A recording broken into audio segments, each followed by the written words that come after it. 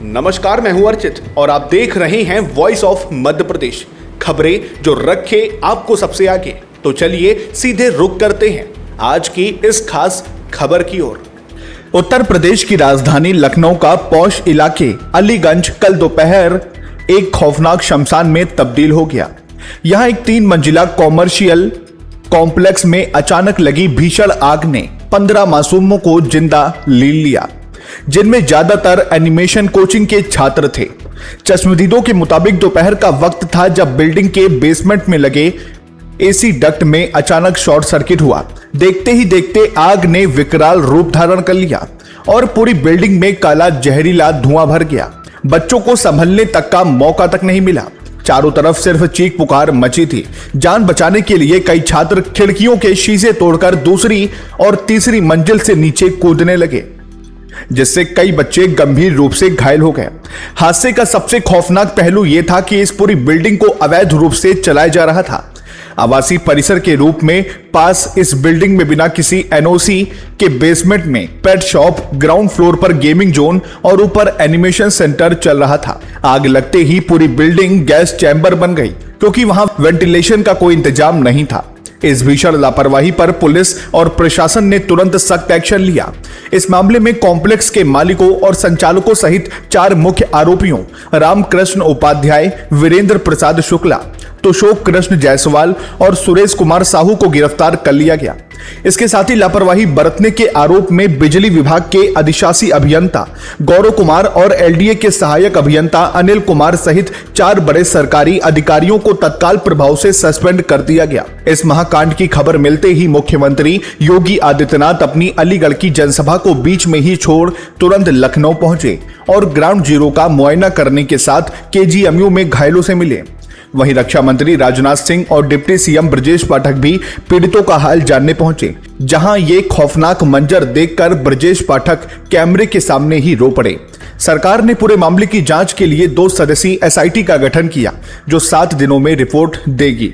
इस रोंगटे खड़े कर देने वाली लापरवाही पर स्थानीय विधायक नीरज बोरा ने साफ तौर पर कहा कि इमारत में आपातकालीन निकास यानी फायर एग्जिट का कोई रास्ता नहीं था और शायद यही वजह रही कि यह त्रासदी इतनी बड़ी हो गई। मेरी हार्दिक इच्छा थी आज कि मैं अलीगढ़ में रहूं, लेकिन मुझे दुख के साथ कहना पड़ रहा है कि अभी अभी मुझे तुरंत जानकारी मिली है, लखनऊ में एक दुर्घटना हुई है।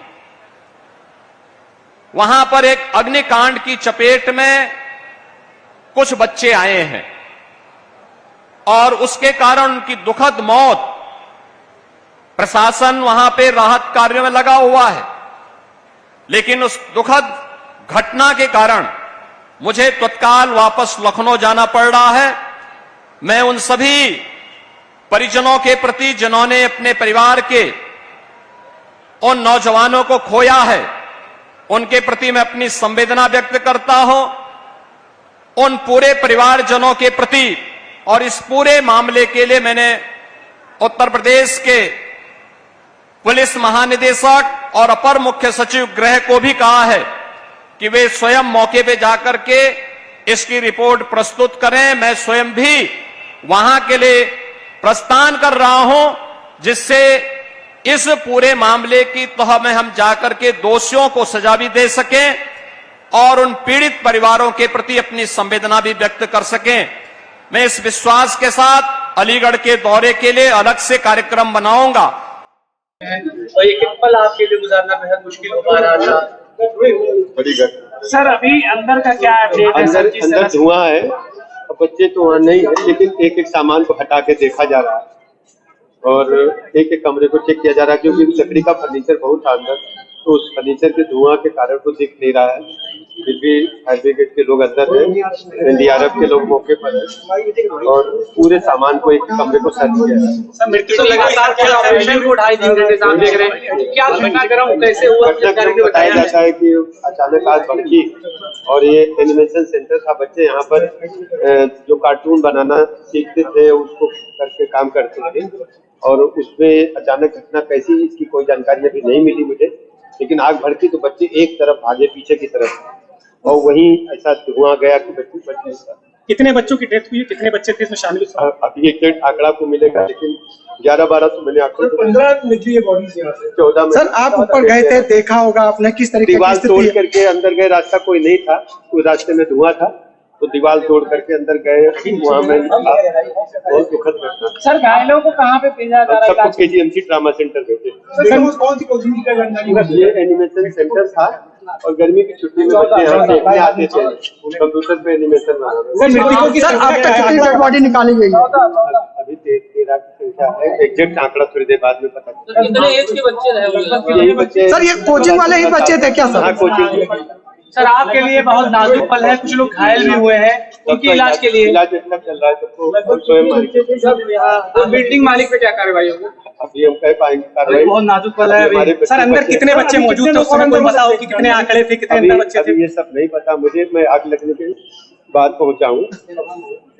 घटना बड़ी है, घटना की उच्च स्तरीय जांच के निर्देश दे दिए, प्रमुख सचिव गृह डीजीपी मौके पर बुलाया गया है और उनको निर्देश दिए कि घटना के कारणों की जांच और घटना कैसे घटी, भविष्य में न घटे, इसके कड़ी कार्रवाई करें। सर ये बड़ी घटना है, बच्चों के इतनी बड़ी दुर्घटना हो गई है, लगभग 15 बॉडियां बाहर निकाली गई हैं। 14 बॉडी मैंने अपनी आंखों से देखी। सर एक भावुक पल है आपके लिए ये। सर एक छात्र नेता भी आप खुद रहे हैं, ऐसे में हमारे छात्रों का बच्चे दुखद है। हमारे बच्चे बहुत बिल्कुल आप सुने सीएम ने बिल्कुल। फिलहाल इस खबर में इतना ही। देश और दुनिया की तमाम बड़ी खबरों के लिए सब्सक्राइब करें वॉइस ऑफ मध्य प्रदेश को। फिर मिलते हैं एक और नए अपडेट के साथ, तब तक के लिए नमस्कार, जय हिंद, जय भारत।